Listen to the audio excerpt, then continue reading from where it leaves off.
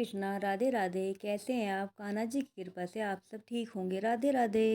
कल हमने कार्तिक मास का 11वां अध्याय सुना था। आज हम कार्तिक मास का 12वां अध्याय सुनेंगे। कथा कुछ इस प्रकार है।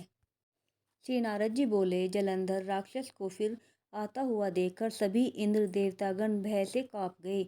विष्णु भगवान की स्तुति करने लगे। देवव्रत बोले कि हे भगवान, आप मत्स्य कूर्मादि कितने ही अवतार धारण करके अपने भक्तों के कार्य करने के लिए उगत रहते आए हैं और सर्वदा दुखियों के दुखों का नाश करते आए हैं तथा ब्रह्मा विष्णु और शिव रूप धारण कर संसार की उत्पत्ति, पालन तथा संहार करते आए हैं। गदा शंख पद्म और तलवार अपने हाथों में धारण किए हैं।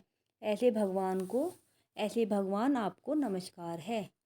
आप श्री लक्ष्मी के पति, दैत्यों का विनाश करने वाले, गरुड़ पर सवारी करने वाले, पीताम्बरधारी, यज्ञादि समस्त क्रियाओं को परिपूर्ण करने वाले और विघ्नों को दूर करने वाले विष्णु भगवान, इस प्रकार आपको बारंबार प्रणाम है।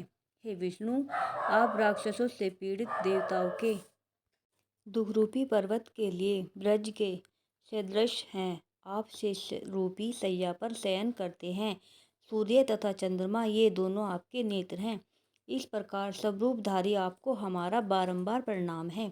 नारद जी ने कहा, जो प्राणी इस संकट को नाश करने वाले स्तोत्र का पाठ करेगा वह विष्णु भगवान की कृपा से कभी भी दुखी न होगा। देवतागण इस प्रकार की स्तुति करने लगे। तब विष्णु भगवान को देवताओं की विपत्ति का ज्ञान हुआ। विष्णु भगवान तुरंत शैया से उठकर खड़े हुए और उदास होते हुए गरुड़ पर सवार होकर लक्ष्मी से कहने लगे। श्री भगवान ने कहा, तुम्हारे भाई जलंधर ने देवताओं को बहुत कष्ट दिया है। देवताओं ने मुझे युद्ध में बुलाया है, अतः शीघ्रतापूर्वक मैं वहाँ जाऊँगा। लक्ष्मी ने कहा, नाथ हे कृपानिधि, मैं आपकी प्यारी पत्नी हूँ। यदि मैं सर्वदा आप में भक्ति रखती हूँ तब आप मेरे भाई को युद्ध में कैसे मार सकेंगे।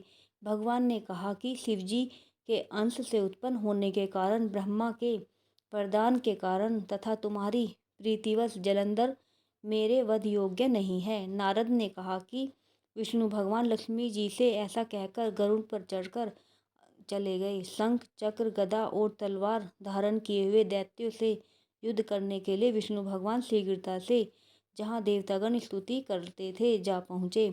तदंतर गरुड़ के पंखों द्वारा प्रताड़ित वायु के वेग से पीड़ित होकर दैत्यगण आकाश में उड़ने लगे।